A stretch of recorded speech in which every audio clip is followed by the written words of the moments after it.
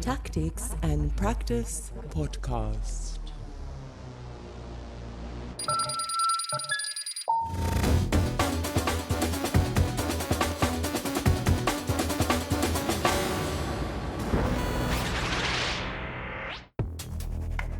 Bonjour! Welcome to The Future Behind Us, a podcast series where I am meeting internationally renowned artists to discuss with them the stories behind works that have become iconic. I will be asking these artists about the technological, the ethical, or even the legal challenges that they have encountered while developing their projects. And I will explore in their company how the meaning of their work has changed over these past 5, 10, or 20 years.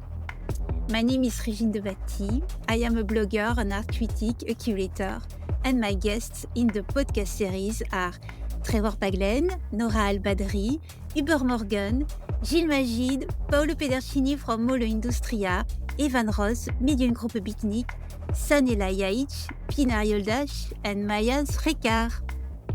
In this episode, I am talking with multidisciplinary artist Nora Al-Badri. Let's go! Nora Al-Badri is an artist, an educator, and a researcher with a German-Iraqi background. She has a degree in political sciences, and her practice focuses on the politics and the emancipatory potential of new technologies, such as machine intelligence and data sculpting. In early 2016, she and Nikolai Neles announced that they had illegally scanned the Nefertiti head at the Neues Museum in Berlin. What the press called at the time the Nefertiti hack became the center of heated discussions about ownership, authenticity, cultural identity, and power imbalances. So, Nora, thanks for being here again. I'd like to talk about the reaction of the museum, because the Berlin Museum was not happy at all with the Other Nefertiti. They argued at the time that there was already a tactile replica of the bust for people who are blind or visually impaired. They said that they were sharing scientific findings about the bust with the public. They also added that photographs of the bust were already publicly available. So if we follow their reasoning, there was absolutely no need to make a copy of the bust. So why did you think it was important to copy that particular artifact? Mm-hmm. Yeah, back then, digitization of museums was more or less a new topic, I would say. Not completely new, of course, but unlike today after Corona, where everything is probably more digitized. But even at that time, we felt that having a digital artifact accessible for the world, basically, to download, at least for everyone who has internet access and a device and many other things, right, would be something that is still necessary. And I would say that this so-called hack showed also that there is actually a need for the digital copy and artifact, where we always said at that time and until today, I would say that the digital artifact is an artifact of its own. And since, we experienced so much through our screens, it even becomes more important. So everything they said was certainly true, but they never thought of making the digital data set publicly available. And this is probably where our discussion started with the museum or like in the public. And I have to say, retrospectively now, when we uploaded the file, it was downloaded like thousands of times in the whole world. So I think this shows that there was a need and an interest in this data set. I'm wondering also if you think that the Neues Museum in Berlin would be more tolerant toward this kind of 3D scanning than they were at the time.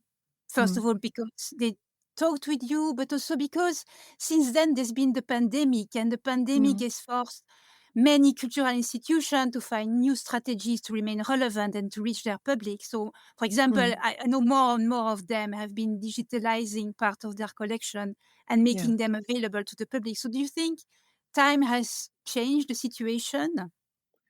A little bit, yes. But I think in general, unfortunately, no. Like if you would have asked me at that time, I thought we were in a different point today. But it's true that the few museums around the world with huge collections actually started digitizing everything, plus making it accessible for everyone on a public domain, basically. Mhm. But all the big museums, collections, for example, like British Museum, Louvre, and Noise Museum also, that's not like until today, they haven't done this. On the contrary, I think. So what they still try to do is being the gatekeepers, not just for the original artifact, but for the digital versions too. And actually, a few years after our hack, there was a lawsuit against the Noise Museum from an American activist, I would say, where he forced them in the court, and it was decided that it has to be made like publicly available. But what does that really mean? There is until today no public accessible database for everyone for all the objects they have already digitized. So actually, unfortunately, the mind of the museum, it's still quite conservative in this regard. You know, that reminds me of years ago, I was living in Berlin, but it was at the beginning that I was blogging. And Mhm. I remember I was trying to do things well because I used to work as a journalist. So I would contact the main museum in Berlin if they had an exhibition I liked. I asked them for the press material with the credits from the photographer. And I was receiving like really, really rude answers telling me, no, Mhm. no way, we're not going to share the photo with you because once it's online, you never know where it's going to go. It's uncontrollable. And of course, Mhm. today it has changed. And I remember compared to other countries, like, yeah, Italy, France, and Germany were really, really slow to accept the digital. Another thing that surprised me was the way Europeans, or at least the media, reacted. So were you prepared Mhm. for all the debates, the media coverage that the Nefertiti project generated? Because there was even an interview with you on BBC Newsnight where they, Mhm. I don't know if they cover art that often. Yeah, that's true. We were prepared not for this one, like not for the amount that came then or the feedback that came then, but we were prepared for the discussion for sure, which was good. So we could respond to those requests, and it was also necessary at that point. We didn't have this huge discourse on restitution and our museums, so yeah, it came more to the public mind, I guess, and conscious also, because many museum visitors at that time didn't really think about the, for example, countries of origin of the artifacts. Like, what does it Yeah. do to them when they come to our museums in the global north, if they ever can actually come?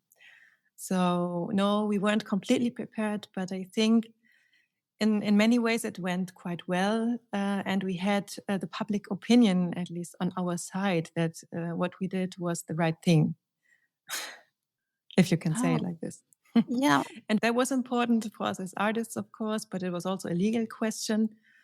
And we had lawyers consulting us before we did the hack, where we discussed the side for especially of the digital copyright questions that until today, or even today, even more relevant in the time of all the LLMs, large language models and machine learning. But Mhm. at that time, it was already like starting to become a big question. Yeah, and also, I guess, I don't know, I guess the problem you had is that there's often been this politics, so you cannot take a picture inside museum because the flash and the light is going to damage the work, but you were not Mhm. even doing that. So I guess they didn't have Exactly. the flash excuse that they could use. But No. But yeah, if you talk to any like conservator, in the case at least of sculptures, that is not a real issue. It's more like an argument, like to try to stay in control of the, in German we call it Deutungshoheit, the sovereignty of representation, basically. And that's what it's actually all about, I think. so I have one last curiosity about the Other Nefertiti because you displayed it in Cairo. And you also ended up burying the bus replica Hmm. in some mysterious place somewhere in the desert. So can you explain us what happened in Cairo? Hmm. Yeah, it was a very important artistic decision of Nikolai and myself at that time for many reasons. Like, for the first reason, if you try to actually live a decolonial practice, you have to go to the places of origin and create some form of value for the people you talk about, in a way, and not just show the 3D print around in the global north, because that doesn't really make a difference. But it made a difference to, for the first time, show Nefertiti actually in Cairo, of course, as a plastic 3D print, if you want, but with all the details. And the feedback of the audience at that time in Cairo, it was the Off Biennale, where it was shown, was really positive and quite emotional, of course, because it was a reminder of what's missing and also a reminder of the power structures we live in. But then, so this was why we went to Cairo. But then what happened then with this 3D print, it got this attention where we were asked even to maybe hand it over more or less officially to the Egyptian government. And there we said, this is not what we want or what we talk about. On the contrary, because this is another way of having what's it called? A north, south, all this black and white nation state here and there discussions. And that's not really what is at the core here. On the contrary, it's again then something of possession. Then it's another nation state, basically. And we thought we were not in the position to do this. And since we are critical of nation states, we decided to give it back to Mother Earth, more or less, because archaeology also tends to have an extractivist practice, especially the old archaeology, how it was done in the past. Now it's not like this anymore, I think. It's much more critical. But then we thought also as a performative intervention to talk about giving something back instead of excavating everything out of the earth. We tried to make this kind of potential future find of another Nefertiti in the desert. That, I mean, plastic will last for thousands of years too, for good or bad. And that's how we came up with this. So the only bust, is it the only bust you 3D printed yourself, or did you make several because it was super? No, we made, after this, we made several also to exhibit it around the world, basically. I mean, besides us, like I said in the beginning, one of the most important parts, I think, of this work was also the collective action that all over the world people started to print the bust of Nefertiti in all sizes and for shapes and materials, from wood to, I don't know, as a Lego figure, for example, or as a pot for flowers, I don't know, different things, really nice remixes. And for us, this was also a very, very large and important part. I don't want to call it democratization, because that's also a controversial term, but this accessibility and what the people will do with it, how they will remix it themselves, and also very creative.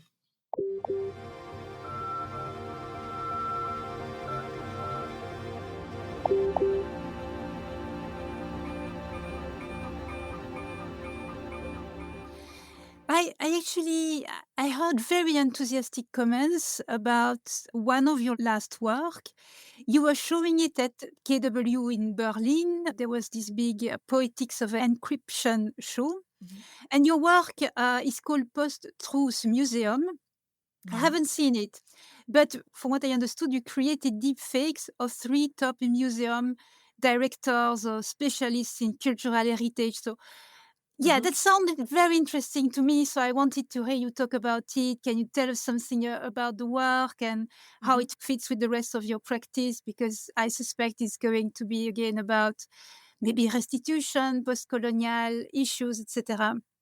Totally. Yes. I mean, I did in the meantime a few other works that deal with a similar topic. And I thought, I'm done with this now because everyone has said everything about it. Until I actually encountered the new museum here in Berlin, not the new museum, but the Humboldt Forum. And I talked to a few people there 3 years ago or so who worked there. And I could tell there was a big cognitive dissonance from those people who worked there between what they think is the right thing to do versus what's actually happening and how they still put up exhibitions. Can you explain what happened with the Humboldt Museum? Because I Oh yeah, was not listening. everyone knows about it. Yeah, Yeah. also. Yeah, I think I always say it's the most expensive European museum we have. I forgot the exact number, how many millions it actually cost to set it up, because setting it up meant to rebuild the Prussian castle on our famous museum island, where before we had the Palace of the Republic of the GDR. Uh-huh. That was a very important historical building, I'd say. So it was already within Berlin highly debated about the building itself. But then what happened is also inside the museum, it's a research, it's part of the university here in Berlin institution. But one other part, a large part actually, is where they put all the ethnographic collections together to put them on show in different thematic exhibitions. But I think there's also one exhibition that's always there of the former ethnographic collection this was more in the periphery from Berlin. So this is why doing this now especially is super controversial. Like, I think half of Berlin didn't want this museum like it is now, and the other half probably didn't really care. And so I just saw, okay, maybe not everyone has said everything, but I was done with criticizing the museums, how they act. And I thought, with the Post-Truth Museum now, with the technologies we have at hand with deepfakes, for example, why not try to make a more emancipatory video work that is a complete deepfake and AI-based animations of masks speaking for themselves? So it's the 3 top museum directors, actually, of the British Museum, the Louvre, and what's it called in English? Prussian Stiftung Preußischer Kulturbesitz, Prussian Heritage Foundation, I think, whatever. Those 3 quite old white guys. But in my video work, I asked a few researchers who are dealing with the topic of restitution for a long time to contribute texts that they could then perform as basically giving a speech or talking about a potential future museum, a rather ethical one, and what they would have to say. So it's a collage in a way, right? And this is what they perform now. And I also always wish to show this in a museum that is actually part of it, to show the difference between what could be and what is now, basically. And you use deepfakes, is it? I read that. But did any of the directors from the Louvre, from British Museum, and the other I won't be able to pronounce, did they react? Do they know about it? I'm not sure if they know about it. I mean, the German one, he probably knows about it. No, I don't have an official reaction from the museums, but actually I produced it. It took me 3 years because I was on maternal leave in between. And in these 3 years, 2 of the 3 museum directors resigned or were actually put forward for criminal charges, like the one in the Louvre, Jean-Luc Martinez, for money laundering and illegal antiquities trafficking, which is okay, great. I'm not surprised, but the public was. And the other one from the British Museum, he's actually a German important cultural leader, I would say, Hartwig Fischer. He also resigned because one of his curators stole hundreds of artifacts from the collection and then sold them, right? And I also have it then, of course, included in the video work. In the very end, there's just one slide where this is stated. And many people ask me, is that actually real or what? And, that's the real part. And kind of reality overtook what I was doing. But I think for me, it made the work even stronger. And okay, so we've established that things are moving quite slowly, but still, do you think that the Germany of today is more open to the idea of giving back artifacts to the countries they were stolen from? Because, I would, maybe I'm naive, but I thought that the answer would be yes, they would be more open because in part there's been increased pressure and awareness following the Black Lives Matter debates and discussions. Yes and no. I mean, what one can see is, and this is also why I picked those 3 directors, is that the leadership didn't change, and also they really didn't change their actions, but of course they changed their rhetorics. Yeah, so I mean, it's something we talk about material objects, so we can actually look at what happened in the meantime in reality. A few objects were given back, but one could say also as an alibi, yeah, to cater to the public discourse.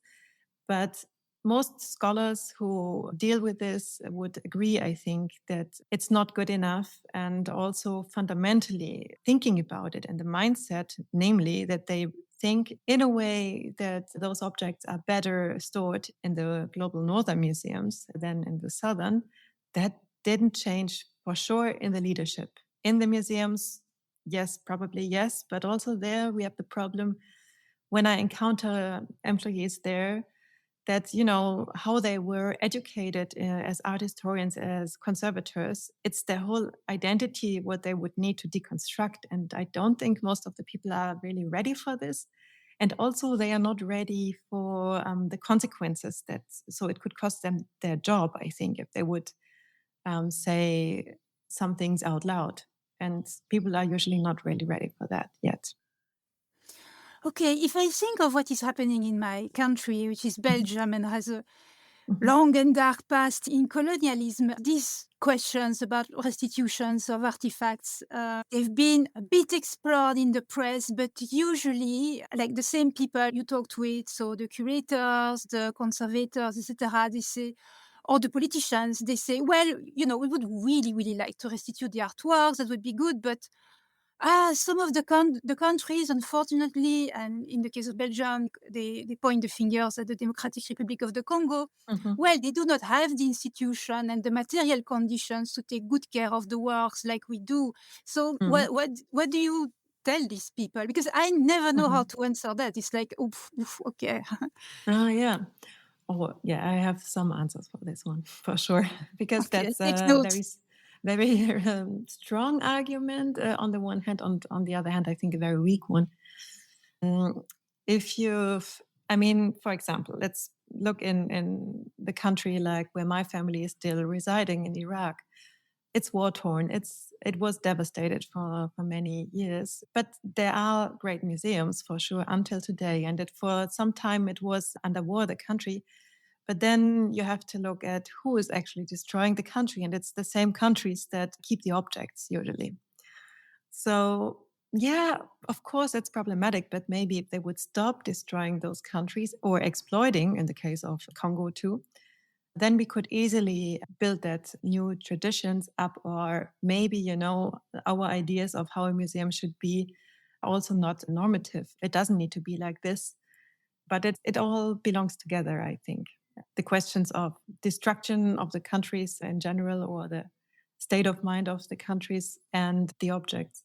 And also, I mean, there are other countries, for example, like Egypt, with great archaeologists, great museums. So those arguments doesn't count for all the countries that we have artifacts from. Okay, that's true. Another curiosity I have is that you're very critical of museums, I think. So how do you imagine that a fair museum would be like in terms of the way it operates, the kind of content it displays, how it displays it, and do such museums already exist? Hmm. No, I don't think they really do exist already. But I mean, that's a question that gets answered also in my video work in some parts, I think. So it would be like a true post-colonial museum. And it's, I think, super site-specific or context-specific. So there is not another new form of the Universal Museum, how it's a better Universal Museum, because the whole idea of that is problematic. So there is not really like a perfect answer I can give to this one. But the true there are some, suggestions or recommendations. I'm trying to plan those thoughts to some museum people I talked to in the past, but I've never seen this implemented. For example, in the so-called refugee crisis in Europe, I remember there was like a rather symbolic gesture from some of those museums we talked about, where they had refugees then bringing in the museum as guides for the museum to narrate their own stories for their artifacts. And it was covered in the mainstream media mainly as something really positive. But I was really outraged because in this case, for example, you could really have tried to change the museum to have, for example, another co-director from a country of origin, because those people were also fleeing, for example, in Syria or wherever. And that would change something. But the guides are usually quite low in the ranks of a museum, I'd say. So that's why I'm saying it's more a symbolic thing. And yeah, it can be symbolically something positive because it was also like we welcome those people and integrate them. But for me, this was far away from anything like fundamentally or radically positive, for example. But it could be as easy as having a co-director for a startup. Yeah. Not, saying necessarily it must be like only like a foreign museum director from a country of origin, but there are ways how we could change the museums from inside. That's really interesting. I have a last question. Again, it's a personal curiosity because I just love words. And you came up, I think you're the one who came up with this concept of the techno heritage. So I would like you, as a kind of wrap up of this conversation, can you explain to us the concept and why it's important to explore it? Yeah, I mean, I didn't come up with a term. I found it actually from an American lawyer where she wrote about, at that time, copyrights in the digital realm of anything digital, basically, in heritage. But I use it in my practice, techno-heritage, because it covers, for me, like very important digital space of the whole heritage subject that is usually dominated by a rather traditional, we have to resurrect or keep alive our ruins, and how do we represent them? How do we narrate the stories? And that's all great.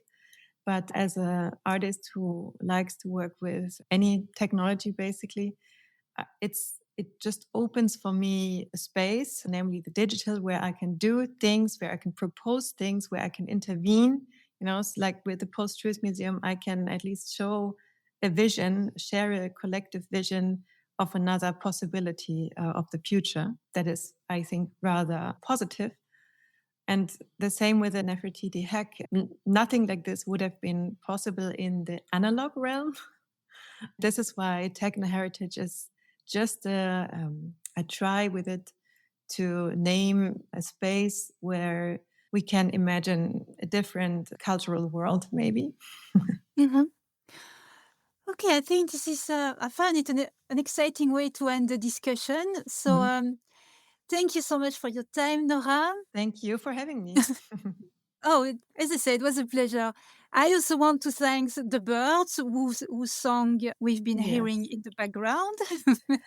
So I'm glad I got this moment to catch up with you. If you are not familiar with Nora's work, check out her website. The address is nora-al-badri.de, but you will find the exact link and more in the show notes. So thank you, merci, talk to you soon, au revoir. Yes, au revoir, bye-bye. That's it for this episode. Thank you for listening.